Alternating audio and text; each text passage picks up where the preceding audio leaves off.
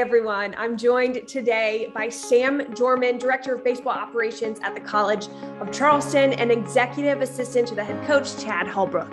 Sam, thank you so much for your time today. Absolutely. Thanks for having me on. Yeah. How's your summer going? Tell me what the landscape looks like out there in Charleston. Not too bad. I can't complain. I'm in Charleston. It's beautiful and just been busy with baseball, tournaments and everything, hosting camps at our field and, being able to get out on the road. It's just been a busy summer, kind of nonstop so far, but I'm having a blast. I'm truly loving it. It's been great. Wonderful. Well, I really appreciate your time. And as we continue to celebrate Title IX and the 50th anniversary, your story shows how much the realm of sports has changed and how it doesn't necessarily look like it did 50 years ago. You are the first female on staff with the baseball program at Charleston. You're considered accountable coach for recruiting purposes. So you are shaping the landscape for women in the sport of baseball. But I want to know, how has the sport of baseball shaped your life?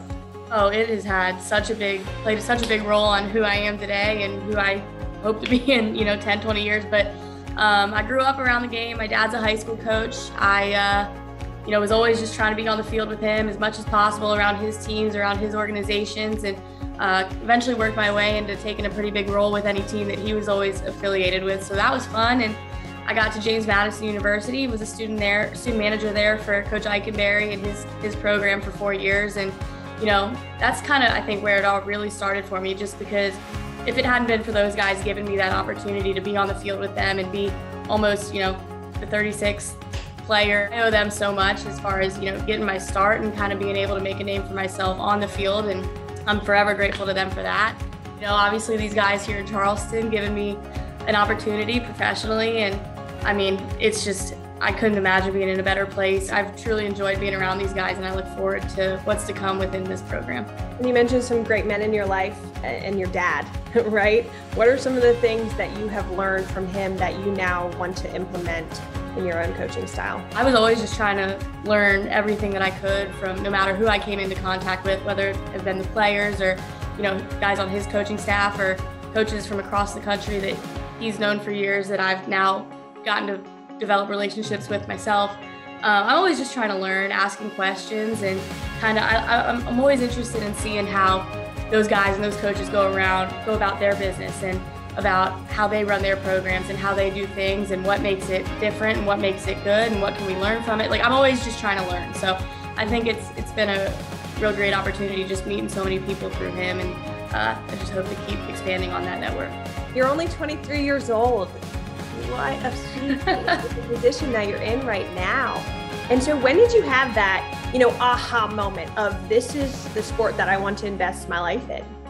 Yeah, like I said, I've been around it my whole life, but it was always just something I did because I loved it. And I was always just around it because I wanted to be around it. And I don't think I ever realized that I could turn it into a career or what a career in baseball would look like for me. And that's just because of the lack of representation, growing up. And, just in the past couple of years, we've started to see a lot of women breaking through and who are really good at their jobs, who are really getting those opportunities now. So it's been fun to see that, but I would say it's a cool story. So Steve Nagy was a student manager with me. He's with the Cubs now as a development scout, and he was a year ahead of me. We had a really close relationship, and he kind of pulled me aside my junior year of college and said, hey, I don't know what you want to do with your life or what you see yourself doing, but if you want to work in baseball, there are positions for you. If anyone's going to do it, you can, and you can do it. So that really got me thinking, and it was just a cool conversation. I can replay it all in my head and I get chills talking about it. I tell him all the time, he's the reason I'm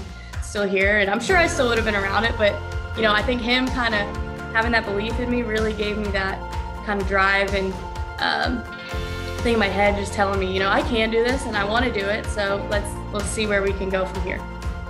Isn't that amazing that one person can just deposit that belief in someone else? And it really shows the impact of what personal relationships can have on other people's life. And so, now that you kind of have this spotlight and younger women and girls are going to look at you and say, oh, I can do that too.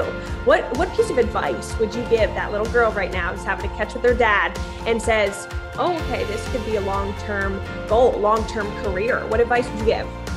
Gosh, I would just say, keep working. And even if you look around and this goes for anything or anybody who wants to do anything that you don't see someone like you doing it yet. Just kind of keep working hard, and as long as you stay true to yourself, and that sounds so cliche, but as long as you know what you're about and the way that you go about things is something you feel comfortable with, and that you're putting your best effort into everything that you do, no matter how small the task. And I like to say, just try to be the best doing whatever you're doing, and that goes a long way, because then you're always competing with yourself, and you're always trying to put your best effort out there, and just really trying to make a name for yourself. So just keep working hard and stay confident, and you'll go places. It can happen, and you don't even know it. So that's wonderful.